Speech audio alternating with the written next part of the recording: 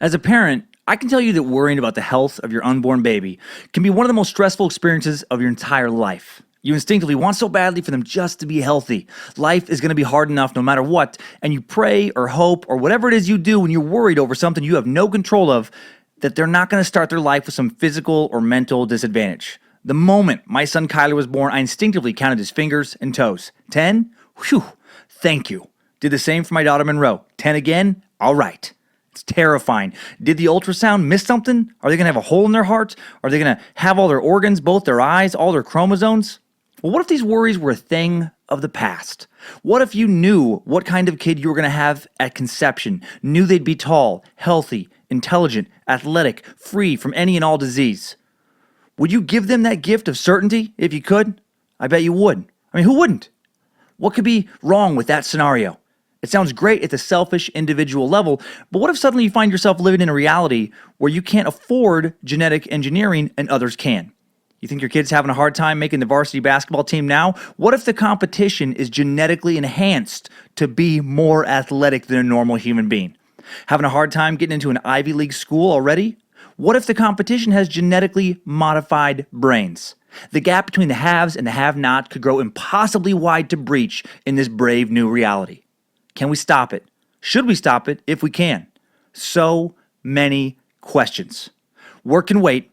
It's time to take it all in and come to your own conclusions on this genetically enhanced, futuristic, post-human edition of Timesuck. You're listening to Timesuck.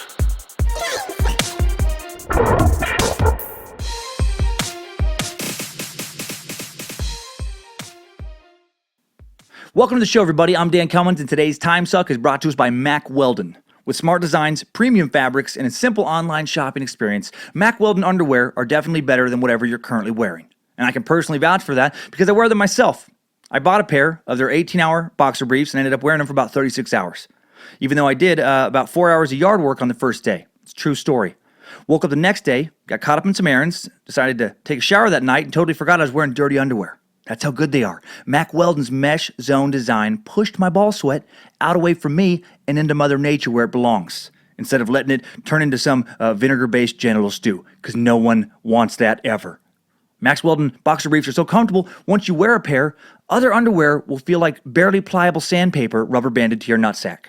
So ask yourself, do I like having sandpaper rubber banded to my raw, slightly swollen sack? Or do I want to have my balls held by the hands of a firm but soothing Mack Weldon boxer brief weaving penis angel?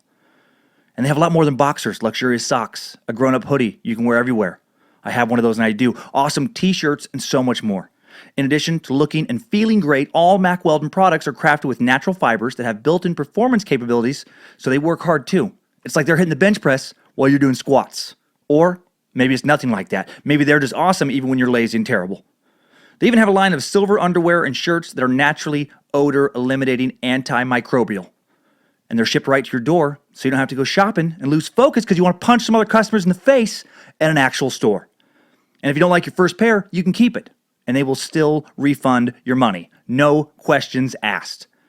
So go to MackWeldon.com, that's MackWeldon.com, and get 20% off your purchase when you punch in the promo code Timesuck at checkout. That's right. Go to MackWeldon.com, get 20% off. That's a lot off using our very own discount promo, Timesuck. One word, no spaces, Timesuck at MackWeldon.com. Thanks again for all you Timesuckers who have bookmarked TimesuckPodcast.com and use that Amazon button to show some support while you shop. And those of you who purchased that first generation Timesuck t-shirt made out of 99% hamster eyelids and 1% hamster tears. Hopefully next week, I'll be telling you the second generation shirt is in production. The design is supposed to be done today, later today. So appreciate the emails and iTunes reviews. The 600 reviewed JFK conspiracy episode is going to be here fast if the current pace continues. Adding all your episode suggestions to the list. And sorry I haven't got back to messages the past few weeks. These past few time sucks really did suck up all my free time. So I think this next week I'll be a little caught up and start getting back. Thanks to Alec Robbins, Henry Waters, Willie Hughes, at Mintron1210 on Instagram, and anyone else I may have missed for asking for this particular time suck. I learned a lot, and I hope you do too. And now, let's find out where and how I inevitably fucked up in the continually self-shaming segment I probably never should have started, but I can't bring myself to stop. Let's get into some Timesucker updates. Updates? Get your Timesucker updates. Kai Carlson wrote in with the subject line of "To our Lord and Master of Suck." That definitely brought a big smile to my face. Saying, I was listening to your episode on Pablo the Dirtbag Escobar and noticed you have a bit of a problem with Spanish names and mangled Che Guevara. Che Guevara. And she showed me the pronunciation. Otherwise, it was a real insightful episode. Keep up the suck. I'm sorry, maybe a he. I actually know a he Kai and a she Kai in real life. So Che Guevara. Che Guevara. Damn it. Fucking thank you, Kai. Damn it. That was one of those names I should have looked up on YouTube for sure. I thought I had it, and I was wrong. Bouncing from one region of the world to another week to week when trying to pronounce Roman names one week and like Spanish the next. Not easy for a dude who apparently has trouble pronouncing even the English words. But I'm learning. I'm learning. I also learned that Norman's K is actually Norman's Key. It's Norman's Key. When referring to the small island of the Bahamas that Pablo used as a refueling spot for his drug smuggling planes. From Joey, who has a last name I also don't know how to pronounce for sure, because last names don't come with attached phonetic audio files to teach you exactly how to say them when you're only reading them. Kind of like how I'm only reading the thousands of goddamn names I list in all these fucking episodes. Anywho, Joey's subject line is, maybe Bojangles should do your research. And Joey says, just finished your Pablo motherfucking Escobar podcast and cringed whenever you pronounced key. It's pronounced key even though it looks like K. A K, pronounced key, is a small, low island consisting of mostly sand or coral and situated on top of a coral reef. Bahamas is full of keys. In fact, Disney had their own private island just north of the Bahamas called Castaway Key. And I would love to wear a Bojangles t-shirt, keep on sucking, you master sucker. Well, for the record, for those of you who don't know, this key is spelled C-A-Y. In fucking English, C-A-Y is pronounced K. Goddamn fucking K keys. And I think a Bojangles shirt does have to happen. I think it needs to be a third generation shirt, because I already got the second one getting ready. And I've already actually reached out to another artist to get that shit locked and loaded. All right. Found out I used another word I just made up last week. Turns out irreparably is not a word at all. I use a lot of those made-up words. God damn it, Timesucker Will Burnson and a few others called me out. Will wrote him with a subject line of, God damn it, Danny, lock it down. Saying, Dan, I'm not going to beat around the bush here, man. In the Marilyn Monroe episode, which was fucking phenomenal, thank you, Will, for that, you kept using the word irreparably, which does not exist. The word is irreparably. And then he said a whole bunch of other nice things because he's a gentleman, and as a time sucker, he's clearly a top-tier member of the human race, as you all are. Man, after the past few months of corrections, I have a newfound respect for anyone from a foreign country who's learned to speak English fluently. This language is a motherfucker. Aggressive call-out from Josh DeCruz on the subject line of, you absolute shitstick. Josh says, Viceroy. It's in the name, dude. Like the magazine you literally referenced not so long ago. Vice, like Miami Vice, and Roy, like boy, but with an R. Viceroy. Christ on a corn chip. Have you ever watched Phantom Menace? They say Viceroy about 27,000 times. Keep giving me that good suck. Hi from Atlanta. Best wishes, Josh. Well, he ends on a sweet note, doesn't he? So that's positive. Josh is referring to me mentioning the Viceroy of Granada being founded in 1711. When speaking about Colombia's history, I fucking knew I should check that word too.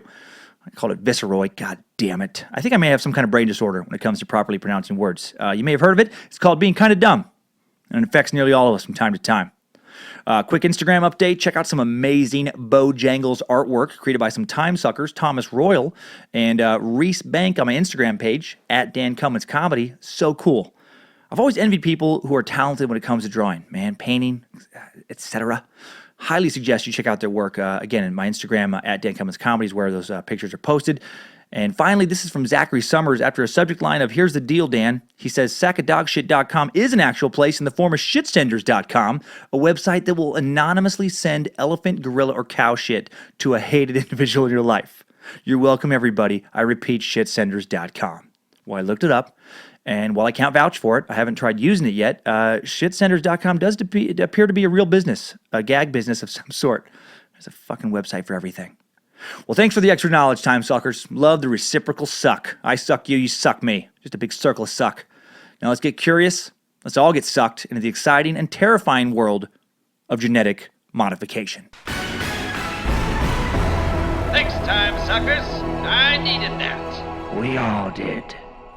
Okay, with a complex subject like this, I do find sometimes that Wikipedia is a good place to start off. Get the basics from there, and then move on. So Wikipedia defines designer babies as, quote, designer babies are human infants artificially produced by the world's top designers, such as Ralph Lauren, Mark Jacobs, and Tom Ford. Designer babies have high cheekbones, a disdain for anything reasonably priced, and an irrational fear of food that isn't organic and doesn't involve either kale or acai berries. Designer babies are aesthetically pleasing to the eye but tend to be uptight, anxious, emotionally fragile, and prone to eating disorders.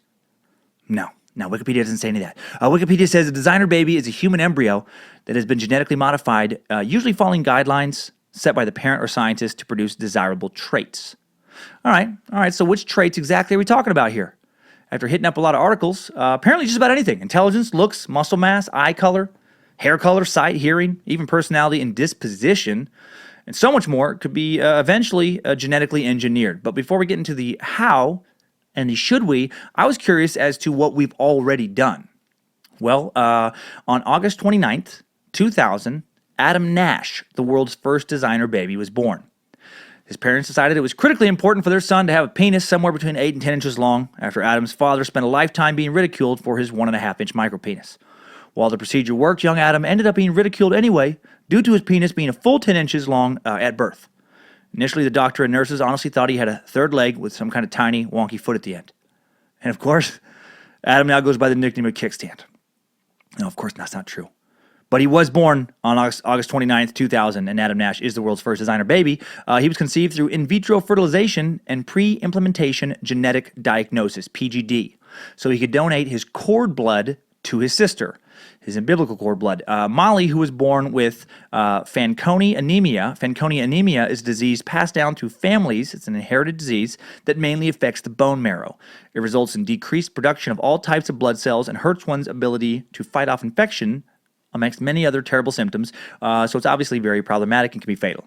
In addition to being the world's first designer baby, Adam's also been referred to as a savior sibling for saving his sister's life. Adam inspired the 2004 Jodi Picoult novel, My Sister's Keeper, which led to the 2009 Cameron Diaz film, My Sister's Keeper, which led to me never watching the fucking movie or reading the book, because it came out a few weeks after The Hangover, and it seemed like it was going to be a bummer. It seemed super sad and downer. Well, I read a little bit about it now, and it looks like maybe it was okay. Spoiler alert, hit the mute button for about 30 seconds if you haven't seen this movie in the last fucking 13 years. And oh wait, that was the book. Sorry, if you haven't seen this movie in the last 8 years, and you still want it, you're still getting around to watching it, just hold on for like 30 seconds. Hit the mute button for 30 seconds. Here's a spoiler alert. Sixth sister dies. The sixth sister dies, all right? She fucking dies. The sixth sister the next kid was given birth to in order to donate a kidney to keep her sister alive dies. She was tired of fighting cancer, didn't want to be kept alive with her sister's organs. It might not keep her alive much longer anyway. So, it's a fun movie. Well, in real life, the sister doesn't die. Like I said, the plan worked. Adam Nash's umbilical cord, blood, saved his big sister Molly's life. So this is an example of an unequivocal win for genetic engineering, I think. But even though in this isolated example, the results to me are obviously positive, not everyone thinks this should have been done. There are a large number of people who believe life starts with a fertilized egg. And many of these people saw the Nashes as murderers. Why? Because the Nashes created 30 embryos and went through 4 rounds of in vitro fertilization to finally produce Adam, who was the match Molly needed. Now, the problem here for some is that these other 29 embryos were tossed out. They were tossed out. They were thrown in the trash. They were taken out back and thrown in a bigger pile of trash. And then they were shit on. And then finally they were set on fire. Okay, they were not shit on or set on fire, but they were tossed in the trash. Adam was chosen. 29 other human lives were not, simply because their DNA was not able to rescue Molly from the deadly diagnosis. Again, I personally don't believe that a small cluster of cells is anything other than that, a small cluster of cells. I wouldn't feel any more guilt about throwing that out than I do about cleaning a little alone time off myself at a hotel bed when I'm out on the road. To me, a cluster that hasn't developed yet into a being capable of any thought whatsoever, let alone self-reflection or consciousness or awareness of its own life, has no value. But not everyone believes that. Some people believe that life and the soul begin with conception, and that makes Adam's case problematic. So as you can see, genetic engineering is very controversial culturally, just kind of just the foundation of it, just the very concept of it is controversial. But this little genetic screening we're talking about is just the tip of the genetic engineering iceberg. Before we explain the rest, though, I do want to kind of explain what the scientists did in Adam's case. I want to know what is PGD, or pre-implementation genetic diagnosis. Well, PGD is the genetic profiling of embryos prior to implementation. And if I understand it correctly, it's basically an advanced form of genetic screening as opposed to what we'll be talking about soon, which to me is much more exciting, which is active genetic manipulation. With PGD, multiple test tube embryos are created using donor eggs and sperm, test tube babies to be artificially inseminated with in vitro fertilization, and then before being implanted in the womb, specialists screen them for the desired traits, pick the one with the correct blood type or the one with the correct gender, whatever, toss the rest out, and then shit on them and set them on fire. But with PGD, there are a lot of limits to what can be accomplished, right? Like if everyone in your family has brown eyes, black hair, and is under 5'3", it's not like you're going to use PGD to have a boy who has red hair, green eyes, and is 7'5". Not that anyone would pick a human of that size and look under any circumstances. Nothing against redheads. There's a lot of good-looking redheads out there, but no one wants a 7'5" tall redhead. You have to know that. No one would pick that. Even if both parents were 7'5" redheads, they would still pass on a kid who's going to look like them. They know better than anybody how hard it was to grow up as an unfuckable ginger giant. Basically, with PGD, if you have, for example, a 2 in 3 chance of passing on a genetic disorder to your offspring, you can have 3 embryos created and pick the one embryo that definitely doesn't have the disorder. All right. So other than, picking Adam to cure his sister, what else have scientists already done with genetic engineering? For that info, let's go into the world of plants and animals, where life hasn't just been screened, but actually modified, altered, engineered. Yeah, buddy. Sci-fi, here we come. Modification is a big next step, and cracking open that Pandora's box could eventually have insane and extreme consequences, I believe, for humanity. Okay, well, back in 1983, genetic scientists were able to bring Bojangles back to life. 1 eye, 3 legs, all ass-kicking pit bull. Kept cryogenically frozen in an underground laboratory since 1968, Bojangles was genetically modified so that his single front leg would be 10 times as strong as either one of Steven Seagal's legs and 20 times as deadly. His good eye was given X-ray and laser capabilities. He was tripled in size. His teeth were sharpened, made stronger than titanium. And he was sent on a mission to defend South Korea from North Korean Communist Korean People's Army government destabilization and political assassination attempts. He was partnered with CIA, secret operative, and 5-time Grammy-winning keyboard and vocalist Michael motherfucking McDonald, Triple M at the height of his powers. And he was also partnered with FBI informant and 14-time Grammy nominee James Ingram, using their Yamo Be There Grammy-winning R and mother-sucking beat collaboration as a clever ruse to cover up their true commitment defending freedom domestically and abroad. I can picture it now. McDonald, in a suit as breathtakingly white as his hair, riding atop a genetically modified Bojangles through the South Korean countryside, eyes peeled for communists, machine gun in hand. James Ingram, also in a white suit, so they match like the fucking yacht rock champions they are, rides behind him because no one rides in front of Triple M. James holds a smaller machine gun in his hand so everyone knows who the real lead singer and head of the mission is. Both men are prepared to do whatever it takes to thwart the foreign forces of mayhem, possibly even practicing their award-winning, soul-caressing harmonies as they defend democracy. Yamo Timesuck! Yamo Timesuck! Oh, Yamo Timesuck! Okay. Whew. I'm back. You're probably not. You are probably recovering from a vicious McDonalding. That one was fucking rough, but I need you to refocus. I need you to stop thinking about me poorly singing, Yamo Timesuck. Stop thinking about that.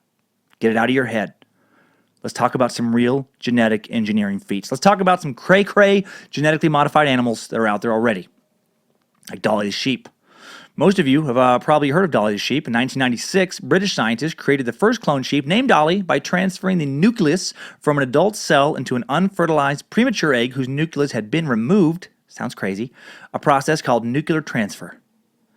Very similar to the process used to raise Bojangles back from the dead.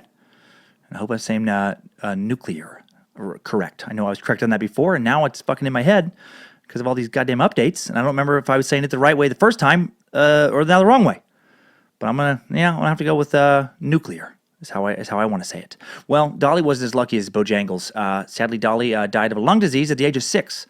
No word on if the sheep that she was cloned from died of this same disease. I remember when I first heard about Dolly, it blew my fucking mind, man. Cloning. Whether you agree with it being ethical or not, you can't deny that it's an incredible scientific accomplishment to clone something. In 2007, South Korean scientists altered a cat's DNA to make it glow in the dark because South Koreans are super fucking weird. This is the country that brought us Gangnam Style back in 2012. This is a country where numerous bakeries make poop-shaped cookies. True story. And where cleavage is frowned upon. What the fuck? Anyway, scientists took the altered DNA and cloned other cats from it, creating a set of fluffy, fluorescent felines. The researchers took skin cells from Turkish Angora female cats and used a virus to insert genetic instructions for making red fluorescent protein. They are pretty cute, actually. And they put these gene-altered nuclei into the eggs for cloning, and the cloned embryos were implanted back into the donor cats, making the cats the surrogate mothers for their own clones. So weird. They did this. That's so weird. They're giving birth to their clones. They did this so later they could introduce human diseases into cats to study and work on treatments for the diseases, but not have to follow the ethical guidelines you'd have to follow for human experimentation.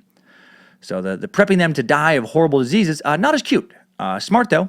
You know, you have two truly identical cats or multiple identical cats. You can set up the perfect scientific experiments because you have the perfect control group and can absolutely control all the variables. But man, talk about another ethical dilemma. Like, is it okay to torture and kill hundreds or thousands of animals, intentionally give them horrible diseases and painful treatments if the end result is the eradication of some human disease? Some say definitely, others say no way. As someone who loves my kids but also loves my puppy Penny, little Penny, who's recovering from getting spayed a few days ago right now. She's around here somewhere. Little Penny, who gets so many snuggles every day from Daddy, because I am disgusting when it comes to the affection I show my dog. I'm not sure where I stand on this. On the one hand, I don't want to stand in the way of some illness that afflicts children being cured. But on the other hand, I don't want various lab animals being harmed in a non-natural way.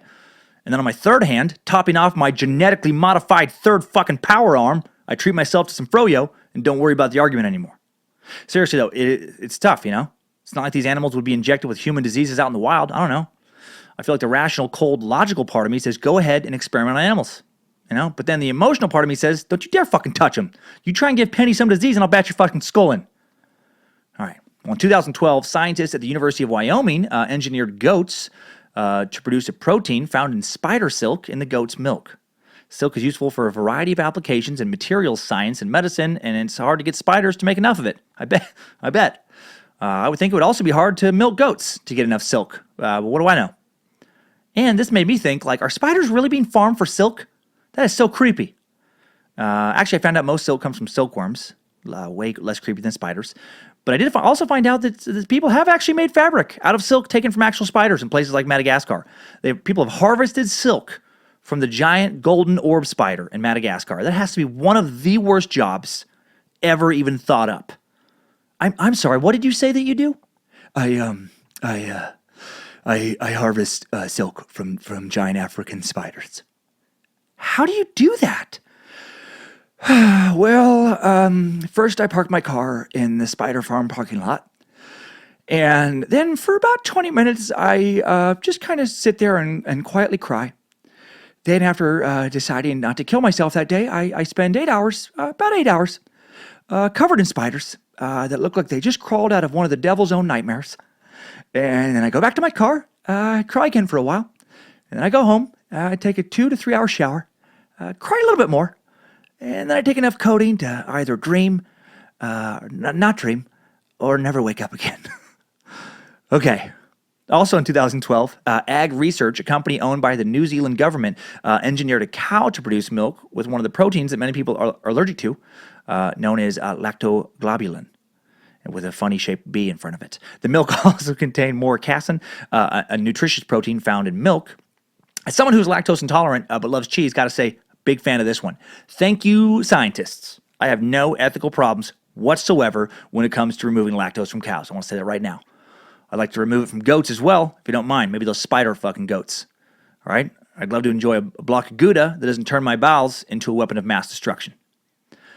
All right, well, here's another animal that's not cool, in my opinion. Scientists in Israel have created a prototype of a breed of featherless chickens that can save chicken farmers time on plucking, a chicken that is more environmentally friendly and also significantly cheaper to raise. They are also the saddest looking animal I've ever seen in my fucking life.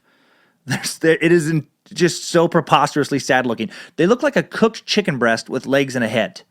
They look like a walking meal. Like you might as well have like the to-go box around its torso.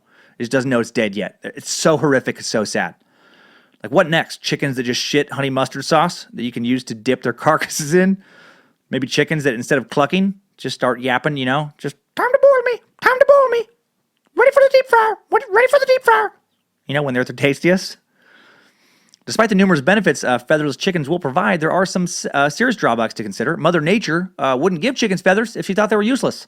The feathers on the chicken are there to protect chickens from parasites, harsh weather conditions, and overzealous cocks that can hurt the hen's skin when mating. But hey, fuck chickens, right? Who's with me? Only a couple people? Okay. All right, now let's talk about CRISPR. Let's talk about some CRISPR pigs. We even might start to have genetically modified pets soon. Scientists in China used a new genome editing technique I'm going to talk about a lot later called CRISPR-Cas9 to modify the genes of Bama pigs in order to create tiny micropigs, which they plan to sell commercially. And I got to say, tiny pigs, way cuter than featherless chickens. Not sure why shrinking an animal seems more benevolent, I said that fucking correctly, than taking its feathers, but it does. Bald chicken, sad. Tiny pig, adorable. More on the CRISPR method of genetic modification just a bit, by the way. A lot of our food has also been modified. In fact, most of us, if not almost all of us, probably eat some type of genetically altered food every single day. Vegetables have been genetically modified for years now. Almost 85% of America's corn has been genetically modified to become more resistant to herbicides used to kill weeds. Almost all U.S. soy has been genetically modified. The largest U.S. producer of hybrid seeds for agriculture, Pioneer Hybrid International, created a genetically engineered soybean, which was approved in 2010. It is modified to have a high level of oleic acid, which is naturally found in olive oil. Oleic acid is a monosaturated omega-9 fatty acid that may lower LDL cholesterol, the bad stuff, supposedly, when used to replace other fats. By the way, whoever's taking the time to make all these how to pronounce videos on YouTube for all these science words, thank you so much. You are saving me so much ridicule and critical emails right now. Sugar beets, about half of all sugar in the U.S. now comes from sugar beets because since 2008, nearly all the farmers who grow sugar beets in the U.S. decided to start growing genetically modified versions of their crops. The GMO beets, GMO, that common term turn around, mean genetically modified organism, which can tolerate the weed killer glyphosate, otherwise known as Roundup, made it easier for them to get rid of weeds. Hopefully scientists will figure out how to make sugar beets that don't smell like rancid skunk when they go through a processing plant sometime soon. Have you ever driven by one of those fucking beet plants? I have. There's some in southern Idaho. I don't know if it's like the chemicals they use during processing, but the stink is almost unimaginable. It makes you think they have some kind of death plant there. It's like instead of a sugar beet plant. It always reminds me of that old Soylent Green quote. It's people. Soylent Green is made out of people. Papayas are even GMOs now. In the 1990s, Hawaiian papaya trees were plagued by the ring spot virus, which decimated nearly half the crop in the state. And then in 1998, scientists developed a transgenic fruit called rainbow papaya, which is resistant to the virus and creates a small protective rainbow around the person who eats the papaya that blocks harmful sun rays and nurtures you emotionally. Okay, it's actually just resistant to the ring spot virus. But now 77% of the crop grown in Hawaii is genetically engineered. Milk, RGBH, or recombinant bovine growth hormone, is genetically engineered variation on a naturally occurring hormone injected into dairy cows to increase milk production. This is probably I feel like this is the one that most people have heard of and are scared of. The hormone fucking laden milk. It's banned. It's a milk banned in Europe, Canada, New Zealand, Australia. Not in the U.S. though. So I guess we're the guinea pigs. Many milk brands that are RGBH free label their milk as such, but about 40% of our dairy products, including ice cream and cheese, do contain this hormone. And again, it's this particular GMO or genetically modified organism that scares the shit out of a lot of people right now. All that. Look how big that 12-year-old is. It's all those hormones they're putting in the milk. My 10-year-old just hit puberty. It's all the hormones they're putting in the milk. My grandma just fucking Daryl Dawkins slam dunked a fucking basketball on the 12-foot rim. It's all those hormones put in the milk. But seriously, a lot of concerns out there that these foods are bad for us, that altered food is altering us. Well, I looked into it. Is it really? Right? Because this is a big issue with a lot of people. I know my wife Lindsay worries about GMOs in our food and tries to avoid buying them. But are they really dangerous? According to a 2015 survey by the Pew Research Center, probably not. Nearly 9 out of 10 scientists from the American Association for the Advancement of Science say GMOs are, quote, generally safe to eat. Though if you're more Also, it said that more than half of U.S. adults from the general public in the same survey think that you probably shouldn't eat them. And if you're a critically thinking adult, you have the right to be a little worried when the scientist's placement of the word generally with that placement. Why couldn't 9 out of 10 scientists fucking say that GMOs are definitely safe, or super safe, or safe as fuck? No, they go with generally. I can't ask these scientists why they came to that generally conclusion, but after a lot of research, I think it's just because GMOs haven't been known to definitely contribute to any problems yet, but they also haven't been around long enough for a longitudinal study to be conducted and properly ascertain, the true long-term effects. But again, should we be worried? I mean, it's not like GMOs. I don't know. It's not like GMOs are the first organisms to have their genes altered. If you look at evolution, so maybe we shouldn't. Changes to genes were already happening in nature naturally. In fact, no matter what's on your menu, it isn't exactly the same as what grew hundreds or thousands of years ago at the genetic level. Bits of DNA called genes are responsible for all sorts of characteristics and traits in every living thing, from height to how certain cells work. Useful traits help the plants and animals with them survive or thrive better than the ones without them, so they get passed along and eventually become common. This is good old evolution, just doing its thing naturally, organic GMO, if you will, like a little bit of natural selection, slowly modified over time. Our ancestors sped up the process when they saved seeds of cream of the crop plants to grow the next time, and the next, and the next, and the next. That's what turned all those small bunches of, tiny kennels on fucking tall grass 10,000 years ago into the big ears of juicy corn on the cob that we have today. Human-assisted evolution. Well, with animals, pigs of the litter, were paired to breed new and improved babies. My dog Penny's an example of this. An Australian Labradoodle selectively bred to be so goddamn cute you can't train it properly because it breaks your heart to even yell at it. Right? You don't want to upset it. Penny wasn't, genetically modified in the lab, but she was artificially created in some sense. It's not like, there used to be little pennies out there in nature, out there in the wild. Thank God. They never would have fucking made it. I'm pretty sure even a small muskrat could take her soft candy ass down if she ever ran out into nature. Here's another argument in favor of GMOs I'd never thought of before researching this topic. As the population grows, it's going to be harder to feed everybody.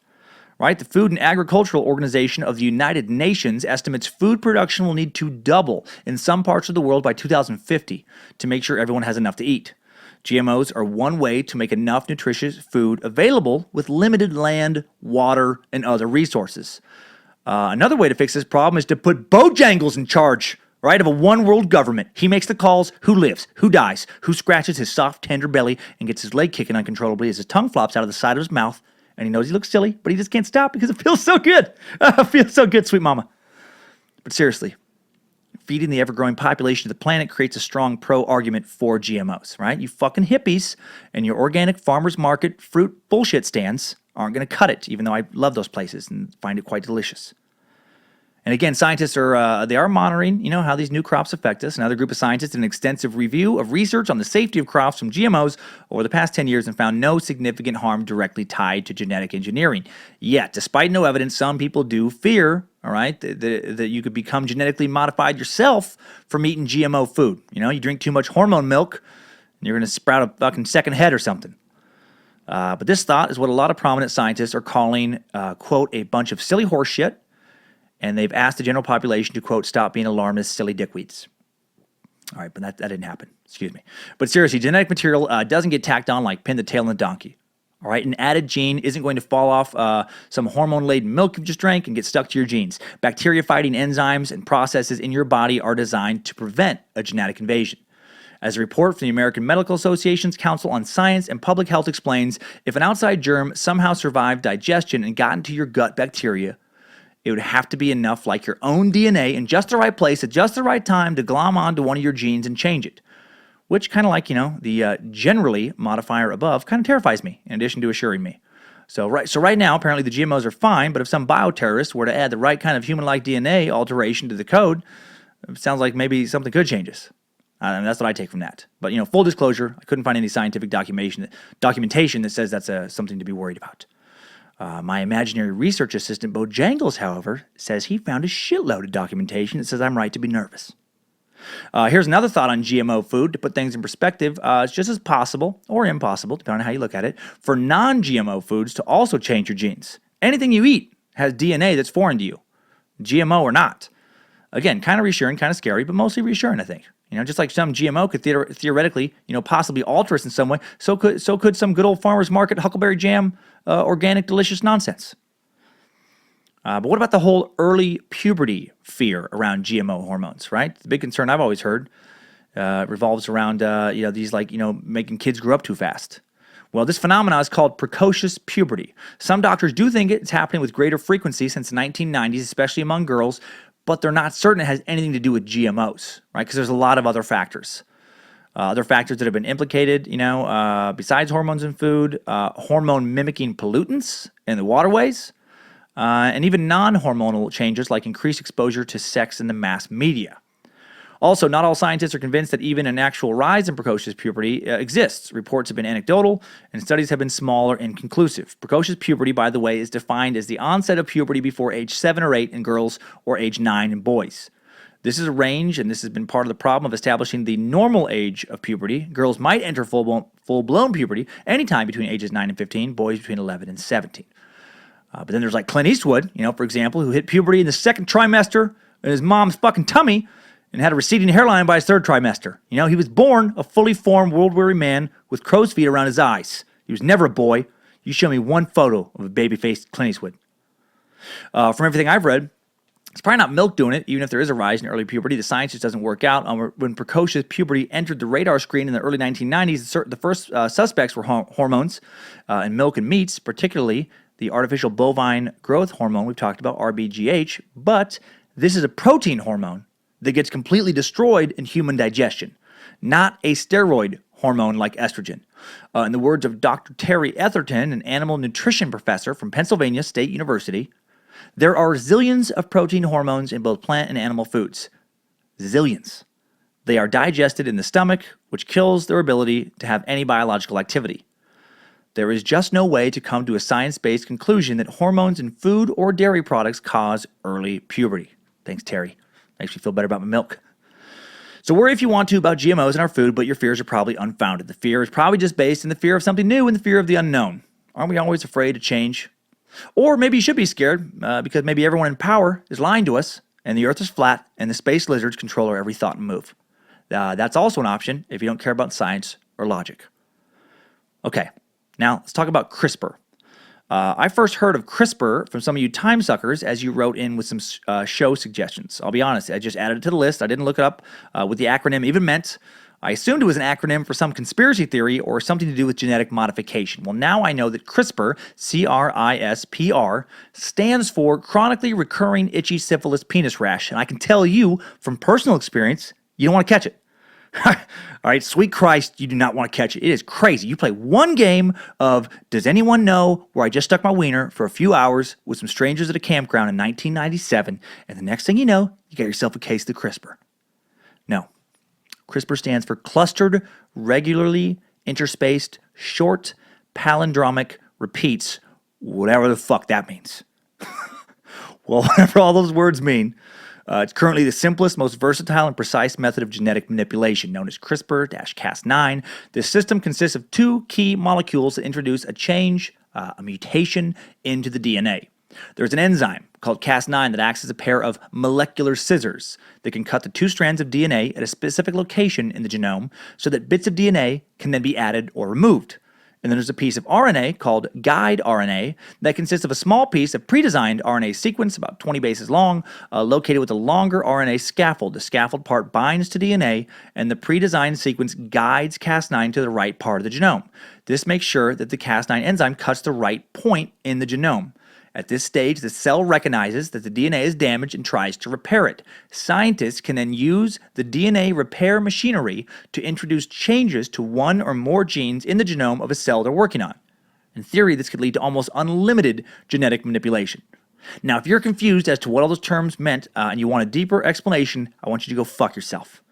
All right, who do you think you're listening to? All right, there's a reason human ecology was the only science class I took in college.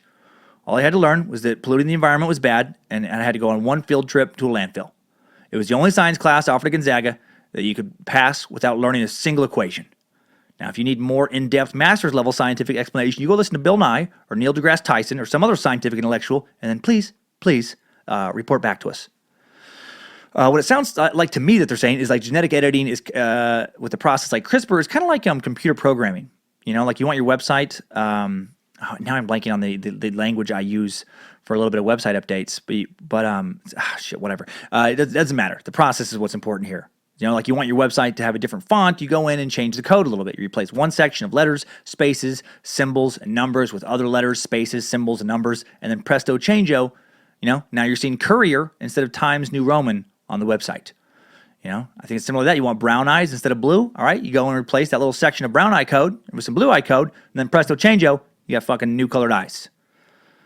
So what do geneticists think that CRISPR is going to be able to do? It's already doing some things in the animal world. This is blows my mind. It's cured muscular dystrophy in mice.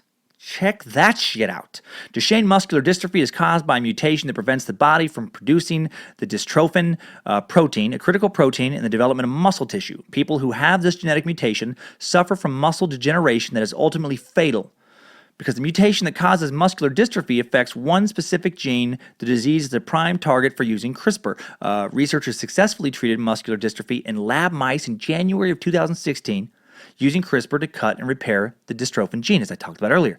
That sounds really nice, you know, about helping those mice until you realize that those same scientists probably gave those mice MS in the first place.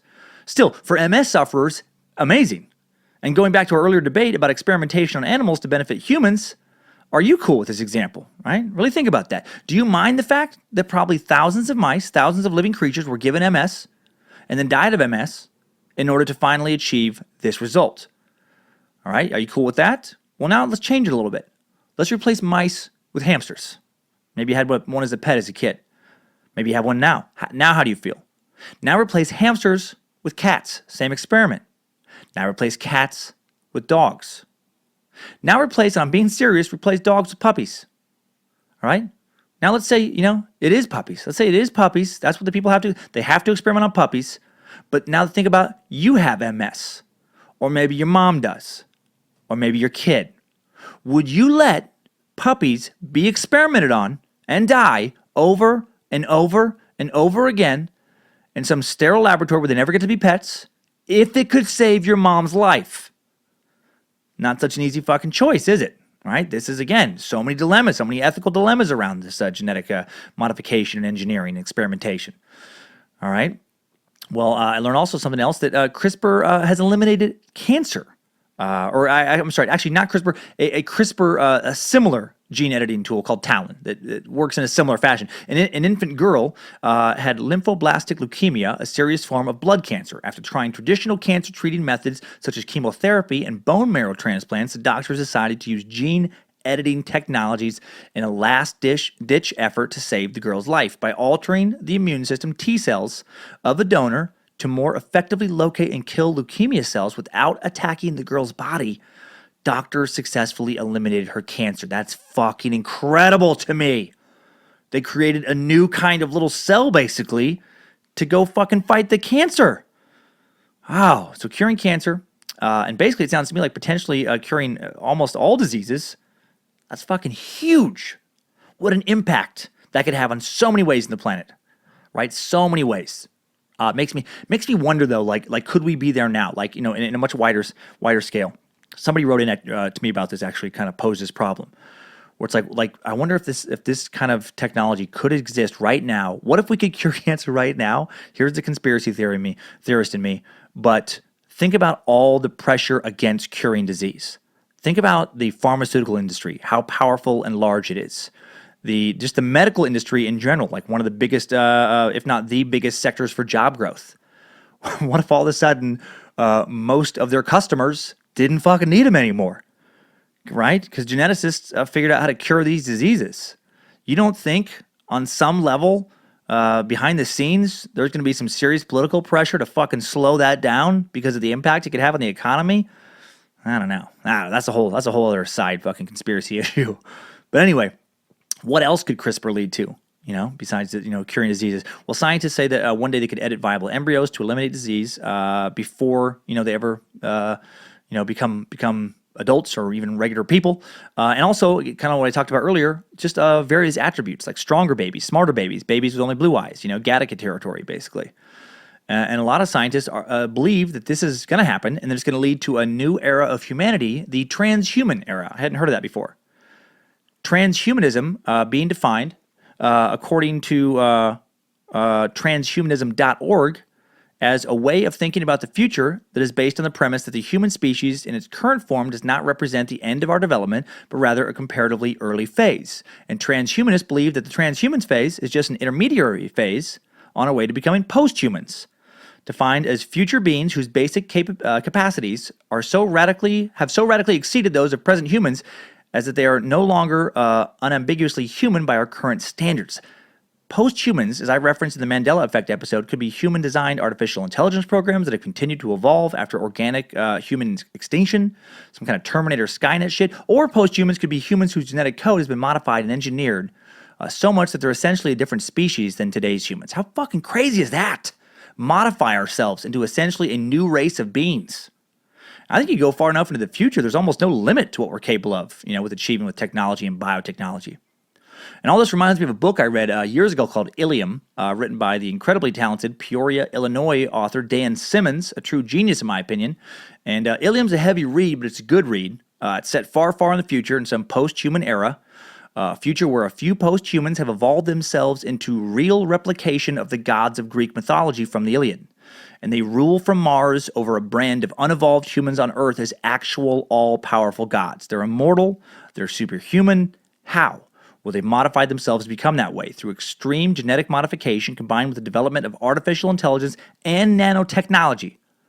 What if we combine nanotechnology with genetic engineering? What if tiny little robots, and I'm talking tiny little robots injected into our bloodstream, could continually repair our DNA as it breaks down?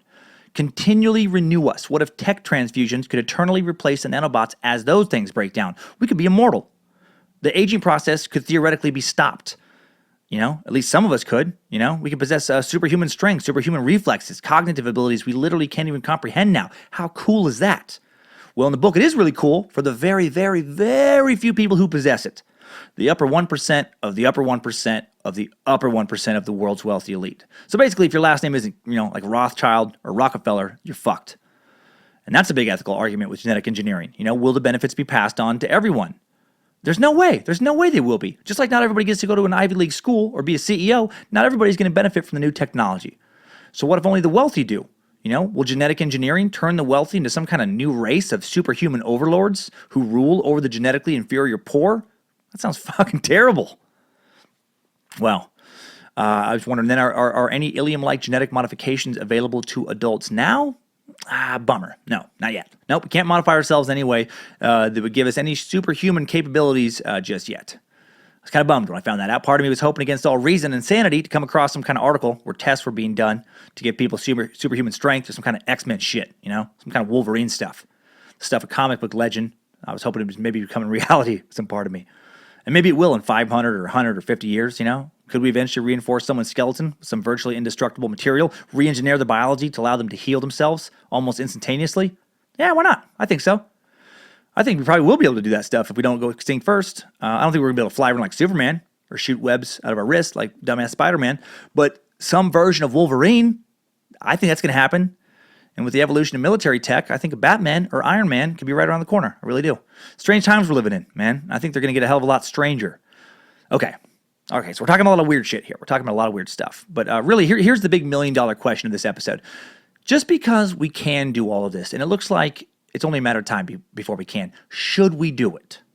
What are the true ethical considerations involving the future of genetic modification, transhumanism, and posthumanism? Well, to look at the future of that, I actually looked at the past. I started, before I researched this episode, by reading a book that was written in 1931 and published in 1932. It's a book called Brave New World, written by British fiction author Aldous Huxley. And I highly recommend it. In 1999, the Modern Library, an American publishing house, ranked Brave New World 5th on its list of the 100 best English language novels of the 20th century, and they did it for a reason. Brave New World, set in London in the year AD 2540. 632 AF after Ford in the book. Yes, they used Ford, like Henry Ford, to mark time. And basically, Aldous creates a world where humanity itself has been modeled after a Ford automobile assembly plant, which is going to be in people's minds, back in his day, as the age of manufacturing plants and mass production was really just kind of getting moving. In Aldous' futuristic world, all human beings are created factory-style in batches. All of them are altered, except for a handful of humans who live on futuristic Native American reservations where they live walled in, unassisted, undisturbed. And they're just kind of, it's like a human zoo. They're viewed by, civilized society as a curiosity, some kind of living artifact from a simpler time. Silly examples of an outdated primitive era. Well, in the new human creating centers, which have replaced natural conception entirely, humans are genetically modified beginning at artificial conception to be members of various classes: the alpha class, beta, gammas, and epsilons. And deltas, excuse me. And each of these classes wear identical uniforms. And each class or caste shares genetic traits, like alphas are smarter, taller, and better looking than betas, and so on down the line. And within each caste or class, there's a little variation. You can be an alpha plus, or you can be an alpha minus, or just a basic alpha. And it's printed on your uniform. And everyone from a class has the same color of uniform, so you can see them coming. So everybody knows exactly where you stand within your class. The alphas are society's intellectuals, college professors, leaders, scientists, etc. The betas are skilled workers, mid-level managers, technicians, etc. The gammas are semi-skilled workers. The deltas are low-skilled workers. And then the lowly epsilons essentially clean the toilets and dig the ditches. And each of these classes are created in child centers. Each of their destiny is predetermined. Alphas are modified to be handsome or beautiful with strong leadership skills, muscular physiques, extreme intelligence.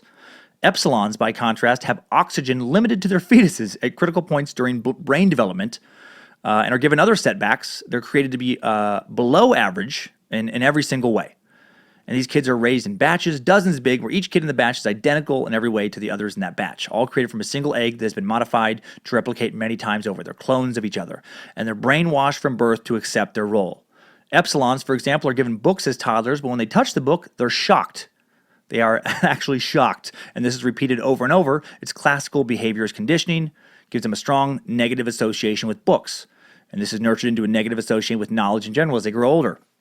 Well, all disease for all the classes has been genetically altered out of existence.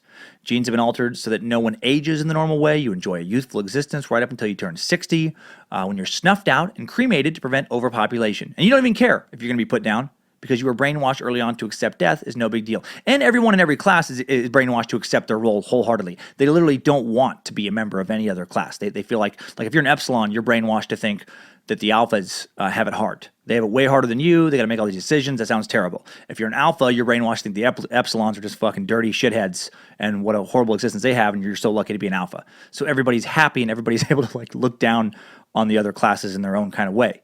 The family unit is abolished. In Brave New World, everyone belongs to everyone else. Everyone is programmed to have sex with anyone they wish. You're not allowed to turn someone down. You're not allowed to be in a monogamous relationship. Close emotional relationships of any kind are forbidden, because emotion of this kind can lead to pain. And this is a world free of emotional pain. Everyone takes a special drug called Soma that is more powerful and pleasant than any drug we have now. It's euphoric. Everyone's happy. There's no competition. Everyone plays the same two games. Everyone shares the same political and religious ideology. Everyone listens to the same music. Everyone eagerly accepts their role in society and each other. There's no more pain. There's no more suffering. And while no one has anything to complain about in this Brave New World, as you read it, you start to wonder, do they also have anything to fucking live for? You start to wonder, is struggle part of the human condition, an essential part? Do we need struggle to feel fulfilled?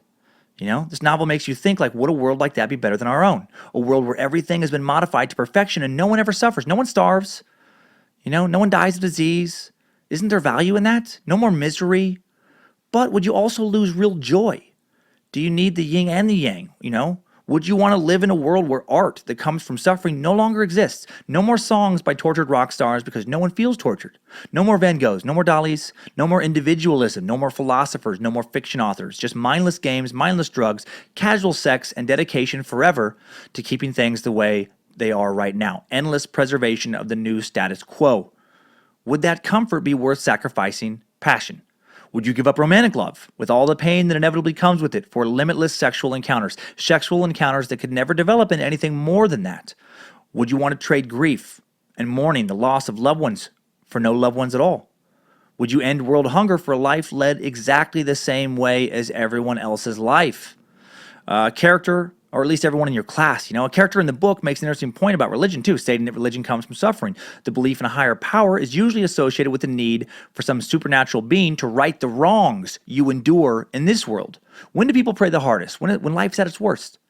What if you literally had no problems? What if everything was taken care of? What if you were brainwashed and no longer feared death? Would there still be a need for God? Would you be willing to give up your spirituality if it meant no longer having to fear death? It's fucking heavy stuff.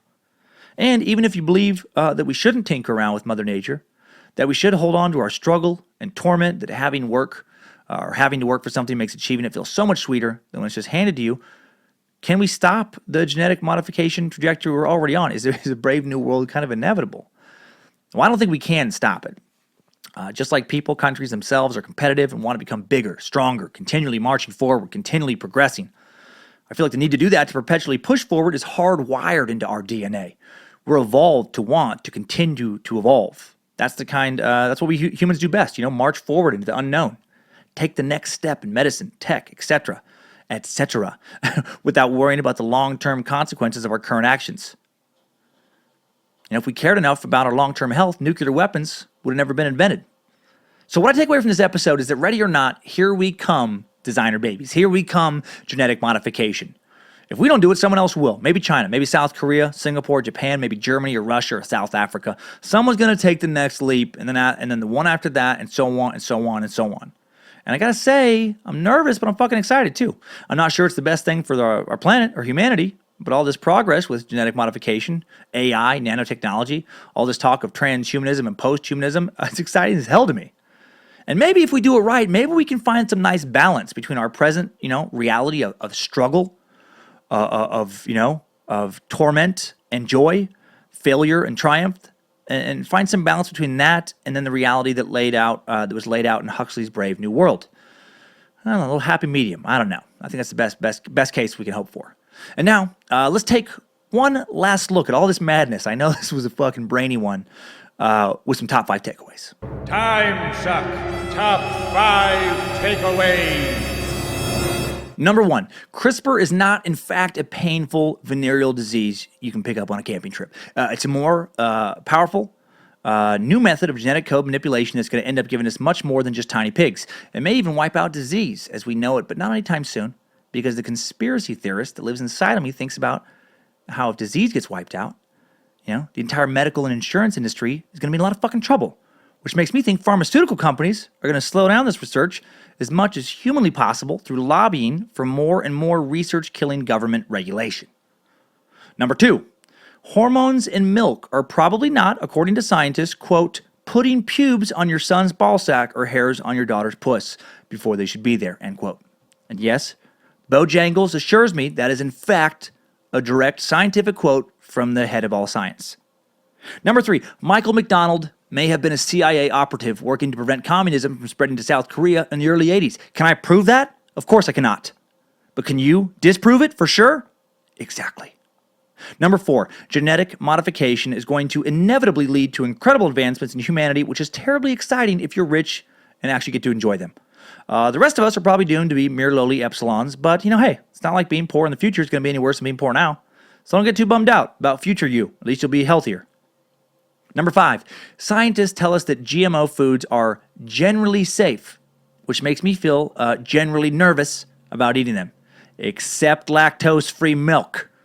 I don't care if that shit ends up giving me a second head that does nothing but slobber and smack its lips. I want my gas-free cheese, goddammit. Timesuck Top 5 Takeaways. All right, thanks to everybody for listening to this first sponsored edition of Timesuck. I'm so excited. Hope I can pass on more and more deals to you going forward from companies that I fucking like and use. How cool is that? Listen to the show you already like, free, and get some shopping discounts. Win-win. All right, couple of tour dates coming up. Going to be at the University Inn in Moscow, Idaho this Saturday, May 6th. 2 shows, one at 6 p.m., one at 9 p.m. I believe they're both almost sold out. One may even already be sold out. So if you want to try and get a ticket, you got to call 208-882-0550 very soon. I'll be at the historic Punchline Comedy Club in San Francisco, May 10th through the 13th. I'll also be just north of Los Angeles at Levity Live in Oxnard, California, May 26, 27, and 28. Sorry that the dates on my website have not been updated. That date moved a long time ago, and I gotta update my website. But the dates on Levity Live's website are correct. I'll be there May 26, 27, and 28. And I'm already excited for next week's episode, man. Next week, we're gonna suck on the fucking cult of Jim Jones. Right? A lot of requests for that one. It's one of the first episodes I thought about doing when I first started doing Timesuck. Glad we are finally getting to it. Jim Jones was a pastor Communist ideologist, I didn't know that. Social activist for racial equality, didn't know that. Who won the Martin Luther King Jr. Humanitarian Award from Pastor Cecil Williams in 1977. And then the very next year, he went batshit fucking crazy. So how did a charismatic champion for civil rights decide on November 18, 1978 to kill over 900 Americans who'd chosen to live in his Jonestown compound in Guyana and also kill himself in what would be the greatest single loss of American civilian life taken in a deliberate, non-military action until the terrorist attacks of September 11, 2001. Find out who this man was, why he did what he did, and so much more as we go full crazy, full death cult, and drink the Kool-Aid next Monday at noon Pacific Daylight Time. So have a great week, everybody. Keep spreading the suck. Keep on sucking. Yamo time suck. Ho, ho, ho, Yamo time suck.